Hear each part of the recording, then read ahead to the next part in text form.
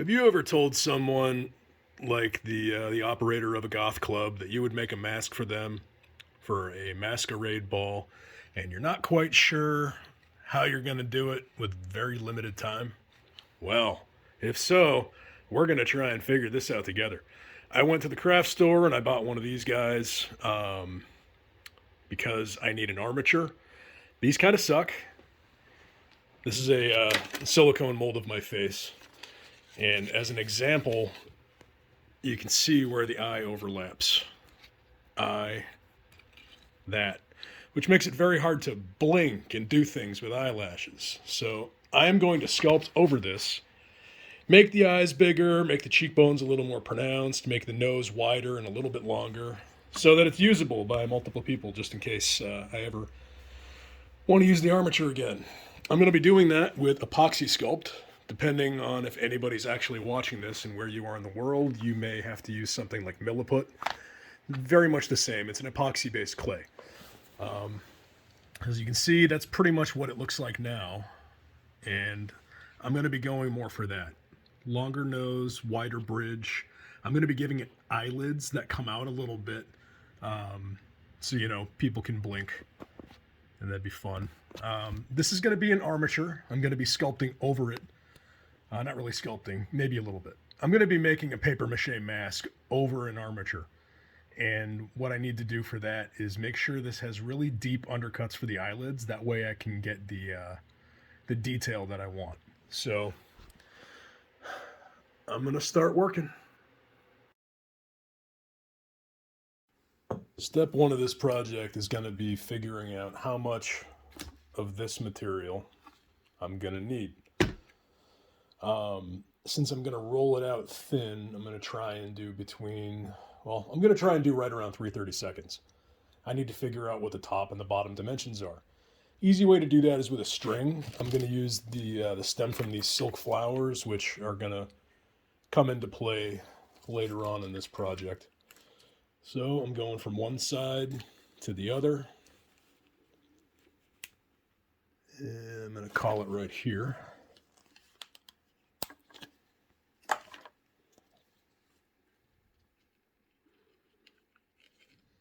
All right. Get it all the way around. And it's probably going to be pretty similar, but I'm going to have to account for the bend in the nose. And then down. I think that's right around where it's going to be. Down, good, down. All right. So yeah, it's almost identical. It's off by less than 1/4 of an inch. If I take away the other side. Perfect. Well, now I know how long I need to make it.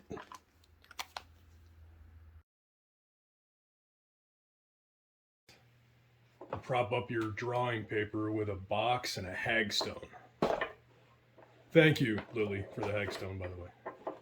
I think it's pretty freaking cool. All right. I'm going to go with the small dimension, which I got right here. That is the height of it. I'm going to mark that here.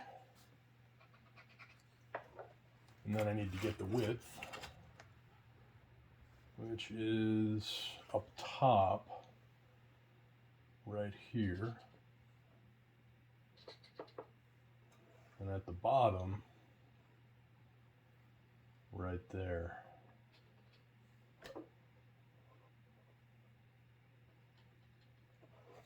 So now I know my area. I'm going to do that. I'm going to cut the eyes out last, but I'm going to trim this up. I did account for the bulb in the nose, so right around here, there was about,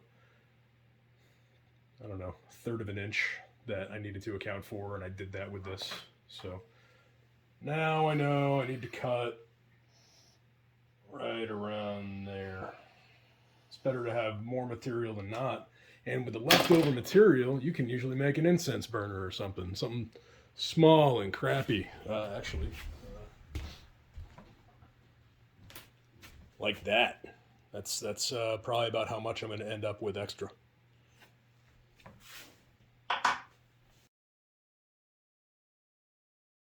I was told I don't show enough of my work, so now I'm probably going to do too much, but I'm going to fast forward it a lot. So here we go. First thing I'm going to do is extend the bridge a little bit underneath, and I'm going to move it so the nose is a little bit upturned because it's adorable.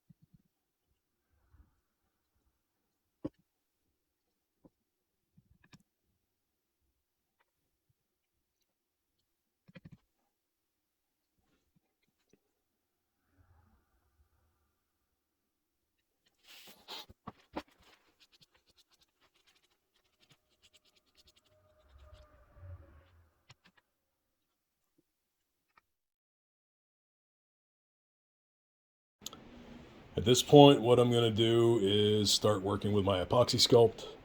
I prefer to work with black or a terracotta. They catch the light better, in my opinion. And I see dark colors easier than light colors. I'm not sure why. Whatever compound you're using, if it's epoxy based, chances are you're going to have this weird scum on top. Try and get rid of that. You see, I don't know if you can see here, it's really crusty. It shouldn't be crusty. So get your non-crusty stuff and then work with that. I'm going to roll out just enough for what I need, and if I have any left to make an incense burner, I'll make one of those too.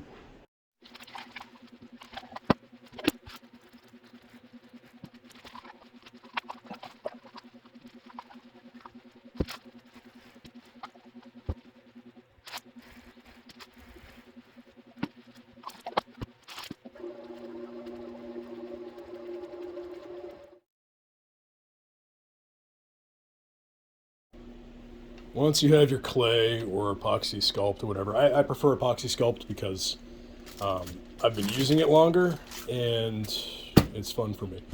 You're going to want to let it sit for about 20 minutes, which I did. You don't have a huge window to work with it, in my opinion.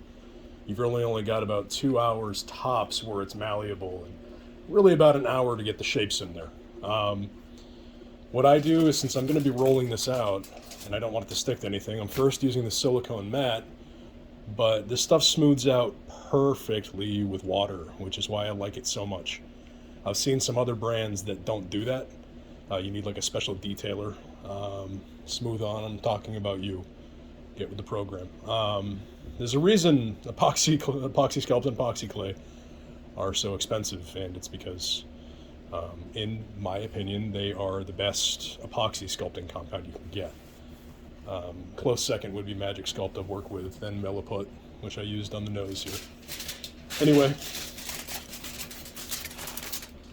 put that on there, get a good squish, and then roll it out.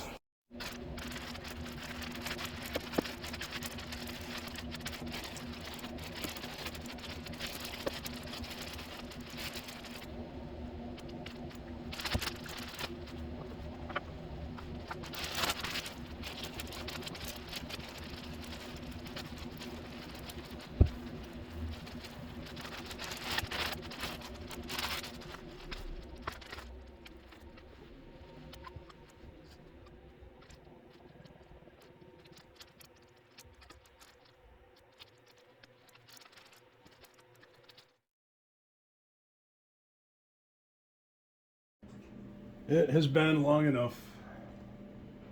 I've pried this off, and I'm going to do it a little bit upside down. I'm going to center it.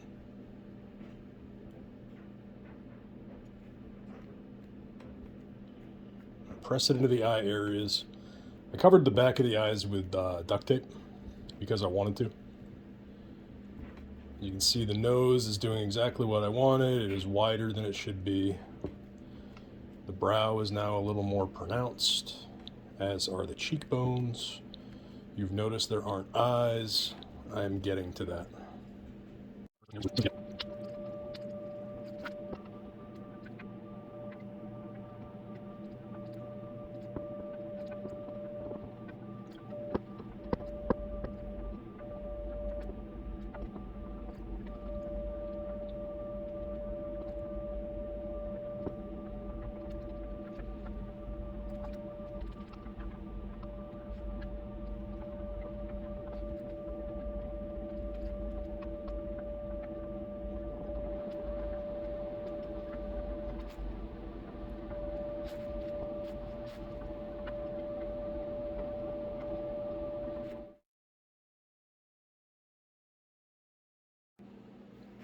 This is the last segment of part one. This is what it, looks like after everything's dried or cured, really. What I've done is I've laid out some of this clay, and I've set up roughly what I want the eyelids to look like. The reason I wanted to do that is to make sure I have enough room, about the right size of the clay. That way I can take out exactly the amount I need, roll it out, and lay it on there using the same material, which is the Epoxy Sculpt. So about 2 equal sizes. I'm going to roll out 2 sets of those, get them to the exact shape I need, and go along there. It got a little messed up when I tore these out of the clay, but it is what it is. Once all of that is done, it's been completely solidified. I'm going to brush some silicone on here, just a very thin layer all the way around the edges. That way I can sculpt on top and not have to worry about the paper mache sticking to this. And I'm probably going to use this base and actually make a mold from it and reproduce it in plastic later on.